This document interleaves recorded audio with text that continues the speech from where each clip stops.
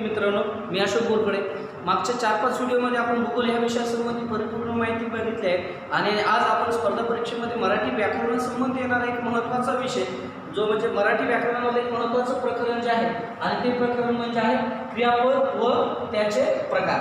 आता एक बाब लक्षात घ्या की मराठी व्याकरणामध्ये क्रियापद म्हणजे काय, तर वाक्याचा अर्थ पूर्ण करणारा क्रियावाचक शब्द जो असतो त्यास क्रियापद असे म्हणतात. लक्षात घ्या, वाक्याचा अर्थ पूर्ण करणारा क्रियावाचक शब्द म्हणजे काय, ते क्रियापद. आता याला प्रश्न, संस्कृतमध्ये क्रियापदास आख्यात असे म्हणतात. आता जेव्हा आपण काळामध्ये जातो तर वर्तमान काळामध्ये टाख्यात असतो, भूतकाळामध्ये लाख्यात असतो आणि भविष्यकाळामध्ये काय, इलाख्यात असतो. आता एक बाब लक्षात ठेवा, आज आपण या प्रकरणामध्ये नाही का जे काही महत्त्वाचे भाग आहेत ते महत्त्वाचे भाग बघूया. एक लक्षात घ्या की क्रियापद व त्याचे प्रकार विचार करताना क्रियापदाचे मुख्यतः 2 प्रकार पडतात. एक आहे सकर्मक व दुसरा आहे अकर्मक. ठीक आहे. त्याच्यानंतर इतर पडणारे प्रकार काय, द्विकर्मक क्रियापद, शक्य क्रियापद, प्रयोजक क्रियापद, संयुक्त क्रियापद, अनियमित व गौण क्रियापद, भावकर्तृक क्रियापद, करणरूप क्रियापद. करणरूप म्हणजेच काय, होकारार्थी क्रियापद. त्याच्यानंतर अकरणरूप म्हणजे काय, नकारार्थी क्रियापद. त्याच्यानंतर उभयविधी क्रियापद, विधानपूर्वक क्रियापद, कृदंते किंवा धातुसाधिते. प्रत्येक गोष्टीचा आपल्याला सविस्तर इथे विचार करायचा आहे. एक लक्षात घ्या, तो महत्त्वाचा मुद्दा की क्रियापद म्हणजे काय. क्रियापद म्हणजे काय, तर संस्कृतमध्ये क्रियापदाला काय म्हणतात, तर हा भाग लक्षात घ्या. संस्कृतमध्ये क्रियापदास आख्यात असे म्हणतात. ठीक आहे. राहिला प्रश्न काय, वर्तमान काळामध्ये जेव्हा एखादं क्रियापद वर्तमान काळामध्ये असतो तर तेव्हा तो अधिक आख्यात, आपण काय म्हणतो त्याला, तो अधिक आख्यात बरोबर काय होत असतं तर ताख्यात. ठीक आहे. त्याच्यानंतरचा पुढचा भाग म्हणला आपण भूतकाळामध्ये जेव्हा जातो आपण तर भूतकाळामध्ये ल अधिक आख्यात याचा अर्थ होतो लाख्यात. ठीक आहे. त्याच्यानंतर भविष्यकाळामध्ये जेव्हा आपण जातो तर भविष्यकाळामध्ये काय होतो, इल अधिक आख्यात बरोबर काय होतो तो इलाख्यात. आता हा भाग लक्षात घ्या, वर्तमान काळामध्ये ताख्यात, भूतकाळामध्ये लाख्यात आणि भविष्यकाळामध्ये इलाख्यात. आता या संबंधी आपण जास्त विचार करत असताना हा एक भाग लक्षात घ्या की काय म्हणता येईल आपल्याला, क्रियापद आणि त्याचे प्रकार पाहत असताना तर काय बघूया आपण क्रियापद व त्याचे प्रकार. राहिला प्रश्न पहिला की आपला सकर्मक क्रियापद म्हणजे जेव्हा दिलेल्या वाक्यामध्ये क्रियापद असेल, तर त्या प्रकाराला काय म्हणता येईल, सकर्मक क्रियापद असे म्हणतात. राहिला प्रश्न आता की वाक्य सकर्मक आहे किंवा अकर्मक आहे हे ओळखण्यासाठी साधा सोपा नियम आहे. त्यासाठी आपण एक उदाहरण घेऊया. उदाहरणामध्ये आपण एक उदाहरण घेतलं, त्या उदाहरणाला राम आंबा खातो. शब्द लक्षात ठेवा, राम आंबा खातो. आता वाक्यातला काय शोधायचं आपल्याला, वाक्य सकर्मक की आक्रमक आहे हे शोधण्यासाठी एक महत्त्वाची गोष्ट, नंबर 1 कर्ता आणि नंबर 2 काय, कर्म. हे पाहत असताना वाक्य सकर्मक आहे तर आपल्याला नाही का काय वाक्यामध्ये कर्म शोधावं लागेल. कर्म शोधण्याचा नियम काय, अगोदर क्रियापद शोधा, खातो, त्याचा मूळ धातू काढा. मूळ धातू काय आहे, खा. जो मूळ धातू काढलेला आहे त्यास काय लावा, नारा, नारी किंवा नारे यापैकी योग्य बसतात. ठीक आहे. त्याच्यानंतर प्रश्न विचारा कोण, आणि आलेले जे काही उत्तर असेल ते तुमचं उत्तर म्हणजे वाक्यातला कर्ता असेल. उदाहरण, राम आंबा खातो, मूळ धातू खा, खाणारा कोण, उत्तर आलं आपल्या इथे राम. याचा अर्थ काय आला, राम हा आपल्या वाक्यातला कोण झाला, तर राम हा आपल्या वाक्यातला कर्ता झाला. मग कर्म शोधण्याचा नियम काय, एक लक्षात घ्या. काही लेखकांनी आणि काही पुस्तकामध्ये असं सांगितले कोण आणि काय सारखं प्रश्न विचारून करता आणि कर्म शोधत राहिलो, परंतु प्रत्येक बाबतीमध्ये ते कोण आणि काय शोधल्याच्या नंतर जमत नाही. खूप ठिकाणी हे विशेषणाचं वाक्य असेल तर विशेषतः हे चुकू शकतं. ठीक आहे.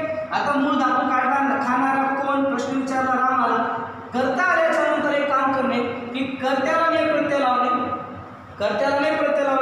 आणि वाक्याचा काळ, कर्त्याला ने प्रत्यय लावणे, वाक्याचा काळ भूतकाळात नेणे. कर्त्याला ने प्रत्यय लावून वाक्याचा काळ भूतकाळात नेणे. कर्त्याला ने प्रत्यय लावून वाक्याचा काळ भूतकाळात गेला व वाक्याचा अर्थ नाही बदलला तर वाक्य सकर्मक, अदरवाईज वाक्य तुमचं पूर्णपणे आक्रमक जातं. उदाहरणामध्ये आपण बघूया, राम आंबा खातो, क्रियापद खातो, मूळ धातू खा, खाणारा कोण, राम.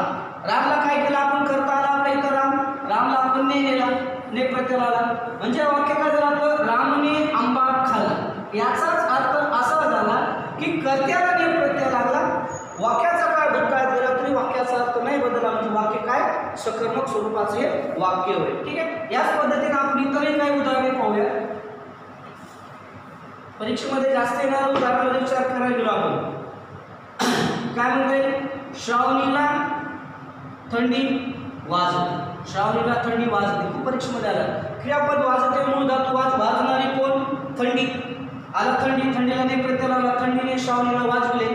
तांत्रिक बाबीमध्ये वाक्य बसत नाही म्हणून या वाक्याला काय म्हणतो आपण? आकर्मक वाक्य. ठीक आहे. त्याचनंतर जर आपण विचार करायला गेलो की सीता चिंच खाते.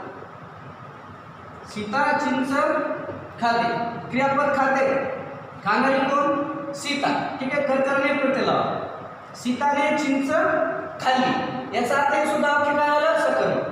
आता काही जणांनी प्रश्न विचारलेले आहेत. काही जणांच्या मते कर्ता शोधण्यासाठी प्रश्न विचारा. कर्ता शोधण्यासाठी कोण आणि कर्म शोधण्यासाठी काय प्रश्न विचारा काय.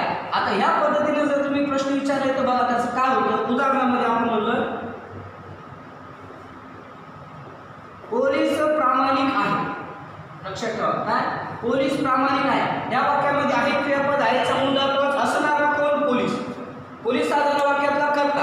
आणि ह्या नियमाप्रमाणे जे बाकीच्या पुस्तकामध्ये बऱ्याचशा पुस्तकामध्ये असं दिले क्रियापद शोधा, मूळ धातू काढा आणि त्याला कोण आणि काय प्रश्न विचारा. पोलीस प्रामाणिक आहे. असणारा कोण? पोलीस.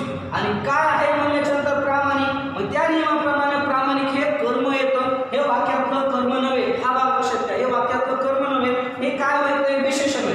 कोणाबद्दल अधिक माहिती सांगते? पोलीस या नामाबद्दल अधिकची माहिती सांगणारा शब्द आहे प्रामाणिक. म्हणून हे वाक्यामधलं कर्म नव्हे, तर हे काय वाक्यामधलं विशेषण होय. कोणाबद्दल माहिती सांगते? हे पोलिसाबद्दल माहिती सांगणारे. म्हणून त्या नियमाबद्दल आपल्याला उतरायचं नाही. तर हा नियम लक्षात ठेवा. कोण आणि कायशी आपल्याला जास्त संबंध न ठेवता वेगळ्या पद्धतीने शॉर्टकट पद्धतीने जर करायचं असेल तर तोच भाग एक लक्षात घ्या की याच्यामध्ये एक गोष्ट लक्षात घ्या. क्रियापद शोधणे, त्याचा काय काढणे, मूळ धातू काढणे, नियम नारा नारी नारे, नारा नारी नारे आणि नियम 2 चा ची.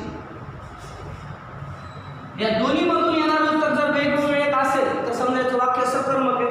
आणि दोन्हीतून येणारं उत्तर एकच असेल तर समजायचं वाक्य आकर्मक. उदाहरणार्थ आपण कोणतेही वाक्य घेतलं, आपण असं म्हणलं काय? न्यायाधीश दंड करतो. आता लक्षात घ्या, न्यायाधीश दंड करतो, क्रियापद करतो. हा, करणारा कोण? न्यायाधीश. आणि करण्याची क्रिया कोणावर झाली? दंडा. म्हणजे दोन्हीतून उत्तर काय आलं? याचं उत्तर आलं. करणारा कोण? न्यायाधीश. नारा नारी नारी. हा, आणि करण्याची क्रिया कोणावर झाली? दंडा.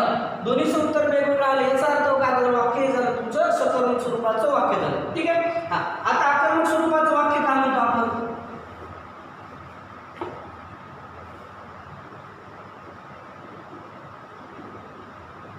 हरण्याच्या कानात वारे शिर.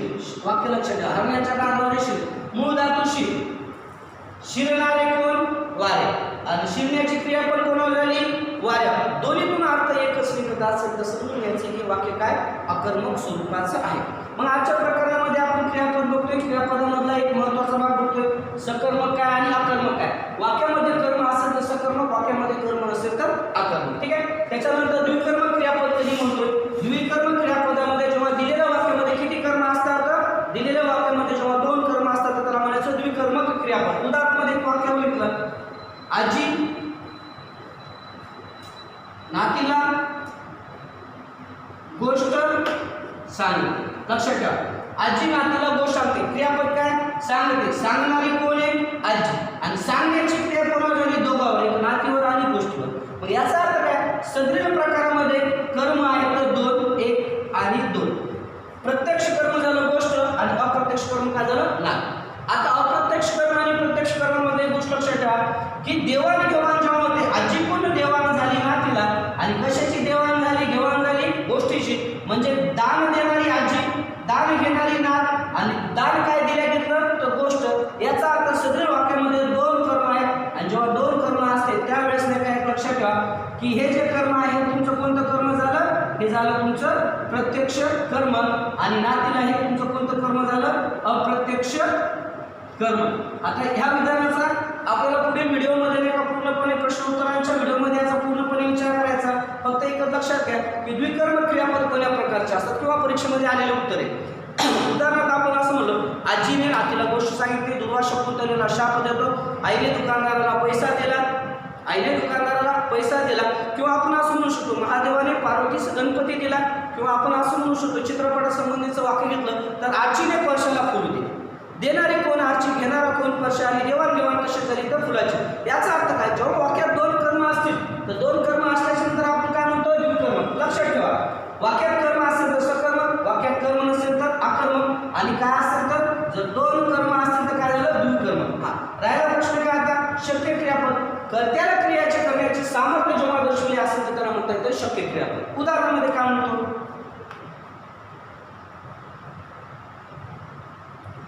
आजारी माणसाला थोडे चालवते. शब्द लक्षात ठेवा. ओके, आजारी माणसाला थोडे चालवते. याचा अर्थ काय, जो काही माणूस आहे त्या माणसाला क्रिया काय होते, थोडीशी चालवण्याची आहे, ती शक्य क्रियापद होते. ठीक आहे. आपण अशी म्हणतो की काय, आईला जिना चढवतो, किंवा आपण एक काही वाक्य परीक्षेमध्ये, पार्वती काकूंना साधी पर्वतीही चढवत नाही. परीक्षेमध्ये बरंच वाक्य केले, पार्वती काकूंना साधी पर्वतीही चढवत नाही. ते सुद्धा वाक्य कशामध्ये येणार आहे, तुमचं शक्य ह्या प्रकारामध्येच येणार. ठीक आहे. त्याच्यानंतर आपण पुढच्या प्रकाराचा जर विचार करायला गेलो, प्रयोजक क्रियापदामध्ये ती क्रिया स्वतः करत नसून दुसऱ्याकडून करून घेतली जाते. उदाहरणामध्ये काय म्हणता येईल, विदूषक कोणाला हसवतो, प्रेक्षकांना हसवतो. आता लक्षात घ्या, क्रियावाहिनी हसणारे प्रेक्षक स्वतः हसायला का नाही, विदूषक हसविण्याची क्रिया काय व्हायली, विदूषकाकडून व्हायली. मग आता याच्यामध्ये एक म्हणता येते आपल्याला, ही क्रिया स्वतः करत नसून तो दुसऱ्याकडून करून घ्यायला, म्हणून आपण याला म्हणतो विदूषक प्रेक्षकांना हसवतो, म्हणजे झालं प्रयोजक क्रियापद. किंवा आपण म्हणतो काय, आई बाळाला निजवते. निजणारा कोण आहे, बाळ, परंतु निजवणारी कोण आहे तर आई. ह्या पद्धतीप्रमाणे आपल्याला हे विचार करता येईल. ठीक आहे. त्याच्यानंतरचा पुढचा भाग बघितला आपण, पुढच्या प्रकारचा प्रकार क्रियापदाचा प्रकार बघितला, संयुक्त क्रियापद. संयुक्त क्रियापदामध्ये एक लक्षात ठेवा, धातू साधित अधिक सहाय्यक क्रिया. धातू साधित अधिक सहाय्यक क्रिया बरोबर काय होतं तर संयुक्त क्रियापद. म्हणजे आपण काय म्हणतो वाक्यामध्ये, बाळ एवढा लाडू खाऊन टाक. आता एक बात लक्षात घ्या, बाळ एवढा लाडू खाऊन टाक. खाऊन आणि टाक या दोन्हीचा अर्थ काय होत असेल तर खाऊन टाकचा अर्थ काय झाला, खा. आता खाऊन या शब्दापर्यंत निघलं, मी म्हणलं असं वाक्य काय, बाळ एवढा लाडू खाऊन, तर याचा अर्थ खाऊन हे काय झालं तुमचं, हे झालं धातू साधित. शब्द लक्षात ठेवा, खाऊन हे झालं धातू साधित. आणि टाक हे काय झालं त्याच्यासाठी सहाय्यक क्रिया. मग काय म्हणतात आपल्याला, धातू साधित अधिक सहाय्यक बरोबर काय होतं तर संयुक्त क्रियापद. आणि संयुक्त क्रियापद कोणतं झालं तर खाऊन टाक. हा एवढे म्हणून काय झालं तुमचं संयुक्त क्रियापद. आपण म्हणतो बाळ एवढा लाडू खाऊन टाक, एवढा निबंध लिहून टाक, एवढा चहा पिऊन टाक. एक लक्षात घ्या, धातू साधित आणि सहाय्यक ह्या दोघांची मिळून होणारी क्रिया ही एकच जर असेल तर आणि तरच काय होतं संयुक्त क्रियापद होत असतं. ठीक आहे. त्याच्यानंतर अनियमित किंवा गुण, वाक्याच्या शेवटी आहे, नाही, नव्हे, न लगे, नको, नसतो, पाहिजे असं जर काय दिलेलं असेल तर ते प्रत्येक वाक्य अनियमित किंवा गुण प्रकारामध्ये मोडतं. उदाहरणामध्ये आपल्याला असं म्हणते, मला शरबत पाहिजे, असे वागणे, बरे नव्हे, हे जे काही वाक्य आहे ते सगळ्या कशामध्ये जातात, अनियमित किंवा गौण क्रियापदाच्या प्रकारामध्ये मोडतात.